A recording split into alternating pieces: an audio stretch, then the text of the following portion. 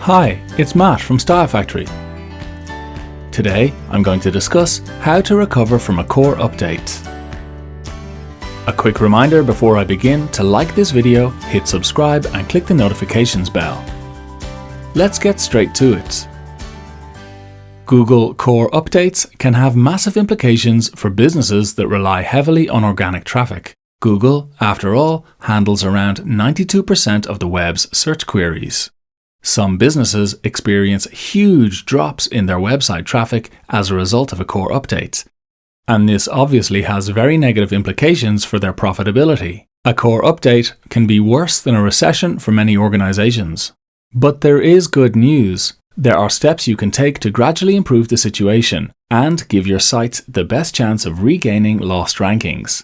And in this video, I'm going to give you a checklist of these steps. But before working your way through this recovery checklist, it's important to be very clear about what a Google core update actually is. So let's start with that. Google's search algorithms are updated all the time. Pretty much every day, in fact, according to Google. However, sometimes Google makes big changes to them, and these are called core updates. This is how Google describes core updates. Several times a year, we make significant broad changes to our search algorithms and systems. We refer to these as core updates. They're designed to ensure that overall, we're delivering on our mission to present relevant and authoritative content to searchers. Although at first glance this statement sounds a bit vague, if you look at it closely, you'll see that it contains two pretty big hints about why a site may have been demoted in Google's index. It was perceived by Google to have problems with its relevance and authority. These are the two things you need to focus on when trying to recover from a core update. The question is, how? Well, based on the research we've carried out, our own experience of dealing with core updates, and the advice that Google has to offer on creating quality content, we've identified steps that, over time, may help you get your traffic back. 1. The first thing to do is to stay calm. When faced with a large dip in your site traffic, freaking out is a totally understandable reaction. However, it can also be counterproductive if it leads to you rushing through a bunch of changes to your content without thinking them through. A key thing to remember about Google updates is that they usually take a couple of weeks to roll out, and during this period, search results are often filled with a lot of wild but temporary changes in rankings. This is something that SEO experts sometimes refer to as the Google dance. If you're lucky, you may find that your traffic has actually reverted back to its original level within a couple of weeks, or, in some cases, even increased. So, making radical changes to your site in the middle of a core update can be a big gamble, and one that could negatively affect aspects of your content that Google actually approves of. So stay calm and wait until you know that a core update rollout is complete and that you have definitely been negatively affected before taking action on your site. For the record, you can find out when an algorithm has finished rolling out by consulting Google's official list of algorithm updates. I've put a link to this in the video description. 2. Use data to identify content that needs improvement. Once the rollout of a core update is complete, it's time to identify the content that has been negatively affected by it. If you use an SEO tool like Ahrefs or SEMrush, you may already have set up position tracking that can help you spot rankings that have taken a particularly bad hit. Google's Search Console and Google Analytics can also be invaluable in helping you to identify pages that have suffered significant traffic drops. You should be able to spot these by looking at the number of visits to them before the announcement of a core update and in the days after it. Using the data from these tools, compile a spreadsheet of problem pages that have seen a particularly sharp drop in traffic. 3. Improve the relevance of your problem pages. Remember that statement from Google outlining the main purpose of core updates? They're designed to ensure that, overall, we're delivering on our mission to present relevant and authoritative content to searchers. Well, this basically spells out why the content in the list of problem pages you just created has been pushed down the search rankings. It's now viewed as being less relevant and less authoritative than that of your competitors. Let's tackle the relevance aspect first. How can you make your content more relevant than everybody else's? Well, one key way is to ensure that your pages and posts are up to date. Google has been quite clear about the fact that it uses content freshness as a way to determine relevancy. In fact, as long ago as 2010, it publicly announced that it had created an algorithm specifically to do that: caffeine.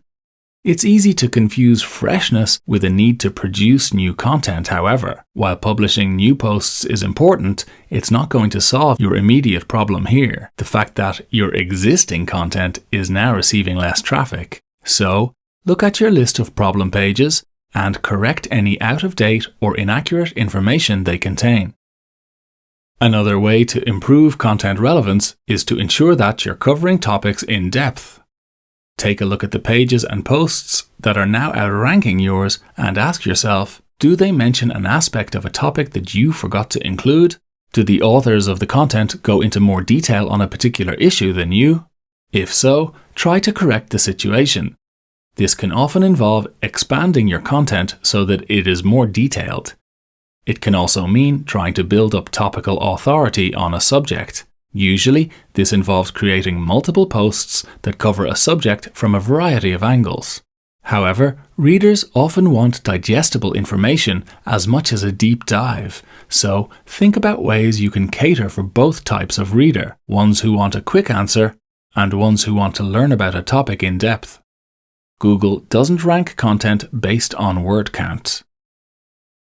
You should also ensure your content is written with humans, not search engines, in mind. Many content creators obsess about ranking signals and end up producing stuff that they think an algorithm will like. But it's vital to remember that, at the end of the day, your content is going to be consumed by real people, not search engines. Google is constantly telling content creators to produce people-first content, so make sure that you do. You can do this by making your content accurate, easy to read, easy to trust, and easy to navigate. Don't stuff it full of keywords. Another way to improve content relevance is to evaluate it using Google's Relevance questions. Google has a list of questions that it encourages you to ask yourself when trying to improve content that has been affected by a core update. These are available on its Search Central website. You'll find a link to them in the video description, and I'd encourage you to read them carefully. Some of the key questions that relate to relevance are as follows. Does the content provide original information, reporting, research, or analysis? Does the content provide a substantial, complete, or comprehensive description of the topic? Does the content provide insightful analysis or interesting information that is beyond the obvious? Read all these questions carefully, answer them honestly, and improve your content based on your answers. 4. Improve your pages from an authority point of view. When it comes to improving the authority of a page or post, there are generally two things to look at: on-page authority and off-page authority. Let's start with on-page authority.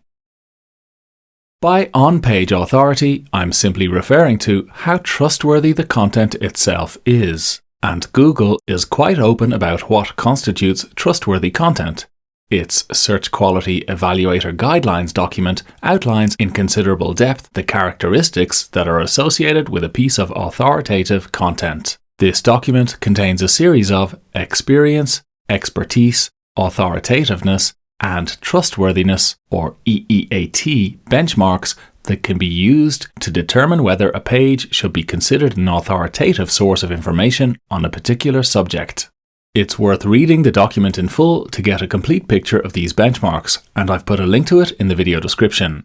But some key takeaways for improving the authority of a page or post are as follows. Ensure that the main content on the page is in-depth, factually accurate, grammatically correct, and easy to understand.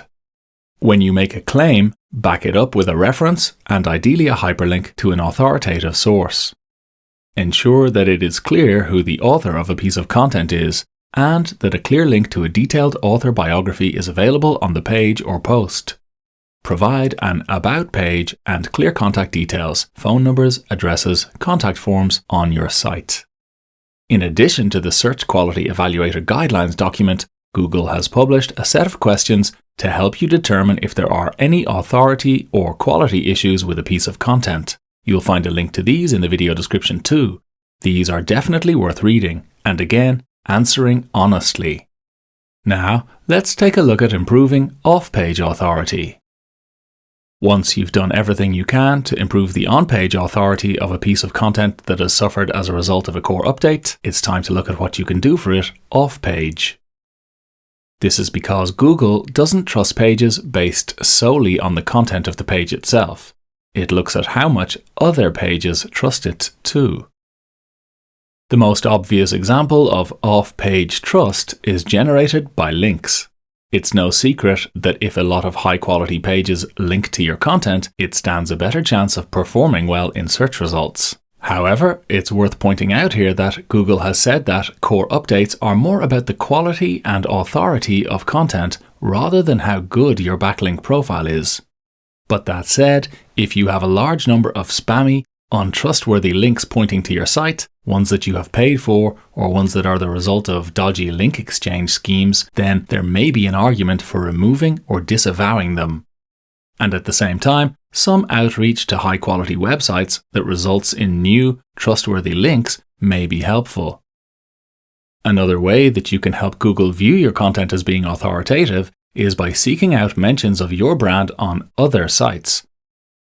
Google has been quite clear that this can really help with rankings. You can increase brand mentions by getting interviewed in relevant publications, appearing on podcasts, growing a social media following and posting more content to it, encouraging social shares, contributing to forums and online discussions, and speaking at events.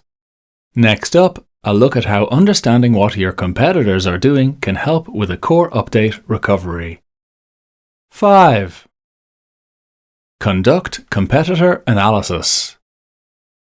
If one of your pages goes down in search rankings and a competitor's goes up, this isn't because of magic. It's because your competitor is doing something better than you. The good news is that there are now lots of SEO tools available to help you find out what that better thing is. For example, using apps like Ahrefs or SEMrush, you can find out what keywords are more present in a competitor's copy than yours, who is linking to that piece of content, who is mentioning that brand.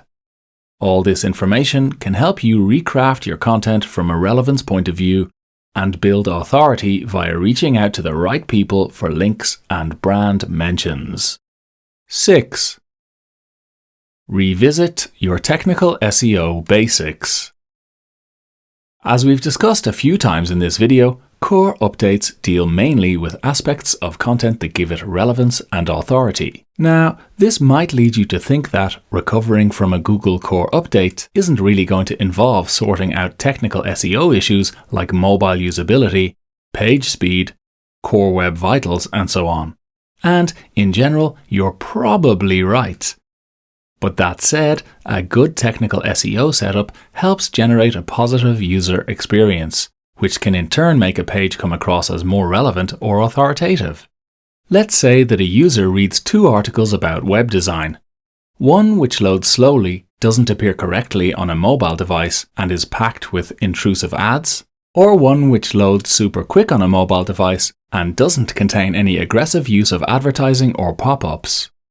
Which one do you think the user and Google will trust more? Which one is more likely to get shared or linked to? Yes, it's the second one. So, as part of any core update recovery process, it makes sense to address key technical SEO issues that are negatively affecting your user experience.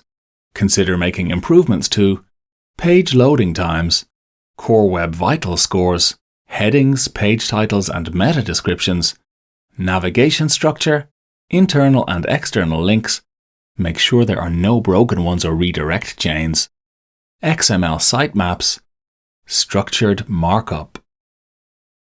7. Publish new content. So far, we've discussed what you can do to your existing content to help you recover from a Google algorithm change. However, there is also the option to publish new content on your website as a way to get more search traffic. By publishing more pages and posts on your site, you are going to be giving Google more opportunities to index content and present it to users. You are also giving users more content that they can link to or share. All of this can help generate new organic traffic that can make up for the visits you've lost. Depending on what you publish, this can also help establish your site as a topical authority on a particular subject, which definitely can help with relevance and authority issues. Keyword research is important here. You'll need to put some effort into finding out what people are actually searching for in your niche and identifying the sort of phrases you can realistically rank for. Click on the link in the top right-hand corner of the screen now to watch a video about keyword research. And that's that. 7 ways you can recover from a Google Core update. I hope you found this video useful. Check out the links in the video description for more resources that will help you with a Core update recovery, including an in-depth Style Factory blog post on the topic. Before you go, please do like this video, subscribe to our channel and hit the notifications bell. This supports our work and gives you easy access to all our SEO content. And finally, if you have any questions about Google Core updates or SEO, just drop them in the comment section of this video. We read them all and will do our best to help.